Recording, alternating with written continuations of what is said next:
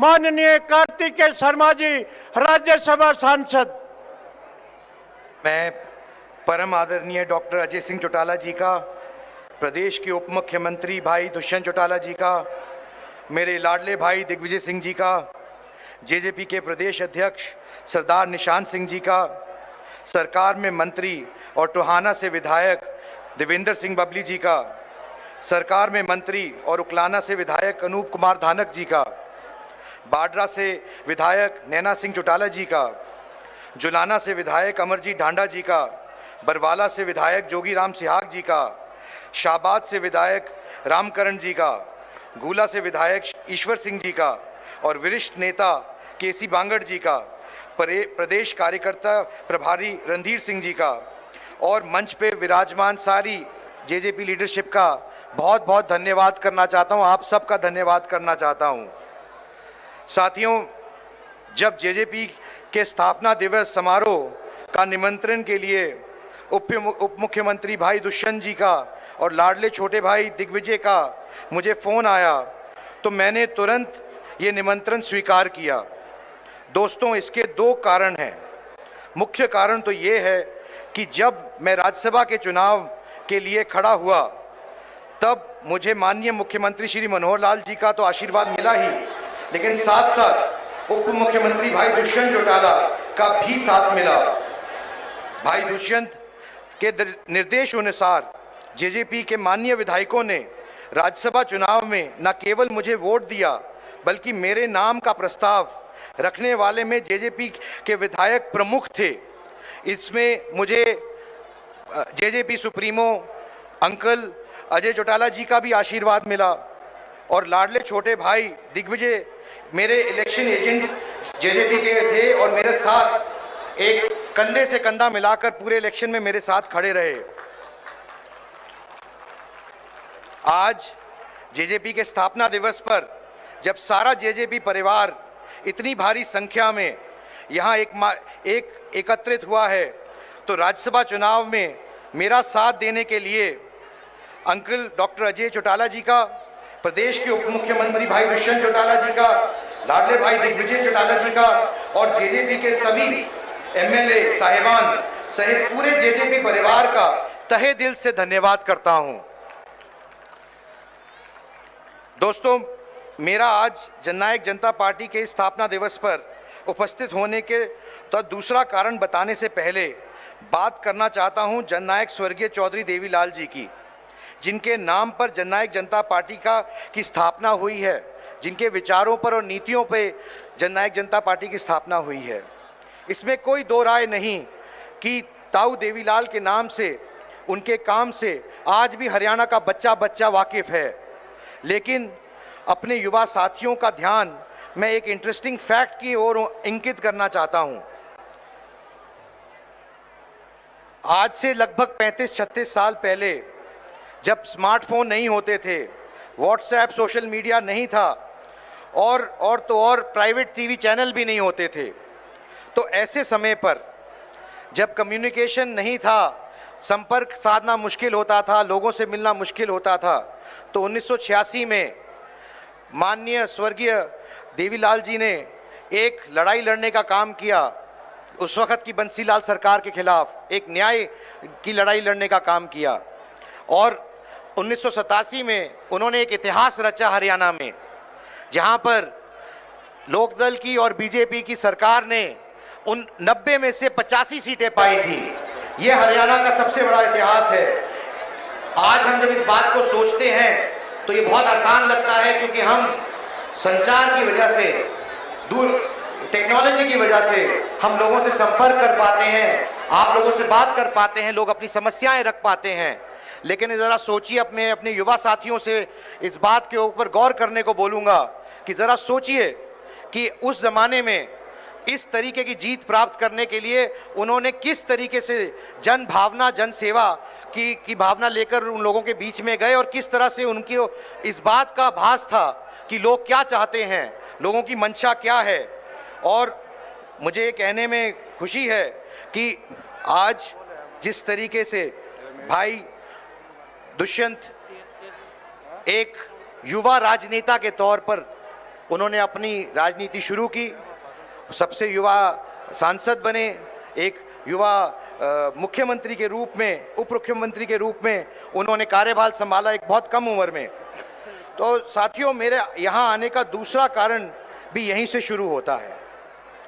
मुझ में और भाई दुष्यंत में सार्वजनिक जीवन में आने को लेकर भी एक समानता है।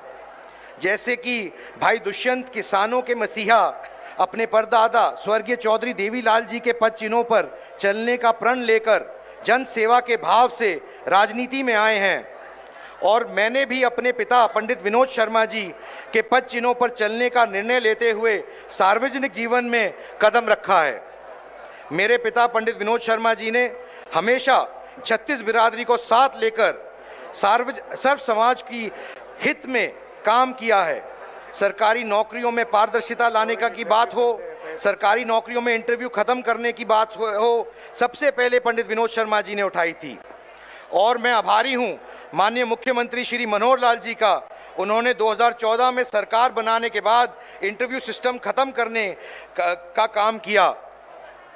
साथियों, उप मुख्यमंत्री भाई दुष्यंत चौटाला भी युवा आयु में ही सोच में बहुत स्थिरता और मैच्योरिटी के साथ हरियाणा सरकार के मूल मंत्र हरियाणा एक हरियाणवी एक को आधार बनाकर जिस तरह से प्रदेशवासियों की सेवा में जुटे हैं, वे तारीफ के काबिल है।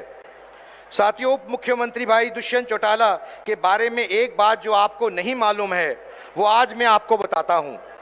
ये बात मुझे हरियाणा प्रदेश के सीनियर अफसरों से होने वाली चर्चाओं के दौरान पता चली कि ऑफिशियल मीटिंग्स के दौरान उप मुख्यमंत्री जी पूरा इंटरेस्ट लेकर छोटी सी छोटी बात की डिटेल्स लेते हैं, और इसका परिणाम है कि अब जब भाई दुष्यंत मीटिंग लेते हैं तो अफसर अपनी पूरी तैयारी के साथ आते हैं।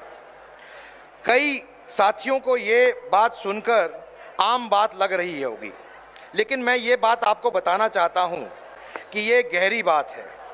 अपने काम को सीरियसली लेना किसी भी व्यक्ति के चरित्र को दर्शाता है। अफसरों द्वारा भाई दुष्यंत की बुलाई मीटिंग में ज़्यादा तैयारी करके जाने से साफ दर्शाता है कि भाई दुष्यंत जन सेवा के क्षेत्र में अपने काम को लेकर बहुत संजीदा हैं। और लाडले भाई दिग्विजय का तो क्या कहना, क्या हमेशा एवर एनर्जेटिक एक्टिव रहकर प्रदेश भर में जेजेपी के युवा साथियों में जिस तरह से अलग जगाते रहते हैं, उसका मैं कायल हूं।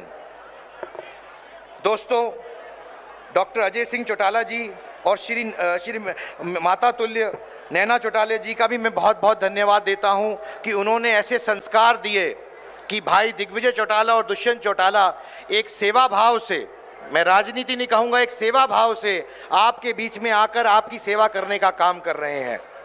साथियों, भाई दिग्विजय ने इनसो के संस्थापन दिवस पर जयपुर कार्यक्रम में भी मुझे इनवाइट किया था, लेकिन दोस्तों 5 अगस्त को इस दिन मेरा कार्यक्रम पहले से ही श्रीनगर में तय था, क्योंकि 5 अगस्त को धारा 370 हटाने की तीसरी सालगिरह थी, और इस मौके पर श्रीनगर के लाल चौक पर तिरंगा फहराने का मुझे मौका मिला। दोस्तों, किसने सोचा था कि धारा 370 हटेगी? किसने सोचा था कि हमारा कश्मीर शांति और प्रगति की तरफ लौटेगा? लेकिन प्रधानमंत्री श्री नरेंद्र मोदी जी की विजनरी लीडरशिप और पॉलिटिकल विल के चलते ये संभव हो पाया है, और देशवासियों सदियों तक इस बात को याद रखेंगे। दोस्तों, मीडिया के साथी मुझे पूछते हैं कि आप निर्दलीय सांसद हैं, तो फिर आप प्रधानमंत्री श्री नरेंद्र मोदी जी और मुख्यमंत्री श्री मनोहर लाल जी की प्रशंसा क्यों करते हैं? दोस्तों, मैं प्रशंसा इनकी कार्यशैली की करता हूं, इनकी नीतियों की करता हूं, इनकी सोच की करता हूं।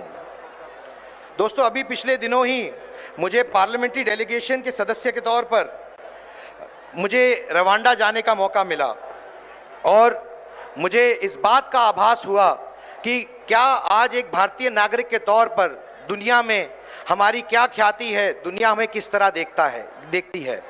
समय का अभाव है, मैं बहुत ज़्यादा समय ना लेते हुए बस कुछ बातें आपके सामने रखी हैं, और इसी मंच से मैं एक बात और आपके समक्ष रखना चाहता हूं। आने वाली 11 तारीख को परसों एक बड़ा महाकुंभ का आयोजन किया जा रहा है, परशुराम महाकुंभ का करनाल में, और मैं इसका भी आपको इस मंच से न्योता देना चाहता हूं, क्योंकि परशुराम जी तो सबकी के भगवान हैं, सारी बिरादरियों के सबके भगवान हैं। तो मैं इस बात का न्योता भी आपको इस मंच से देना चाहता हूं कि आप आइए और इस कार्यक्रम में का हिस्सा बनिए। मैं एक बार पुणे आपको, पूरे JJB परिवार को बहुत बहुत शुभकामनाएं देना चाहता हूं। एक हरियाणा एक हरियाणवी के मूल मंत्र के साथ आप आगे बढ़ें। बहुत बहुत शुभकामनाएं और बहुत धन्यवाद। बहुत बहुत धन्यवाद सांसद महोदय जी। एक बार तालियां बजा करके पुनः धन्यवाद करें सांसद महोदय जी का।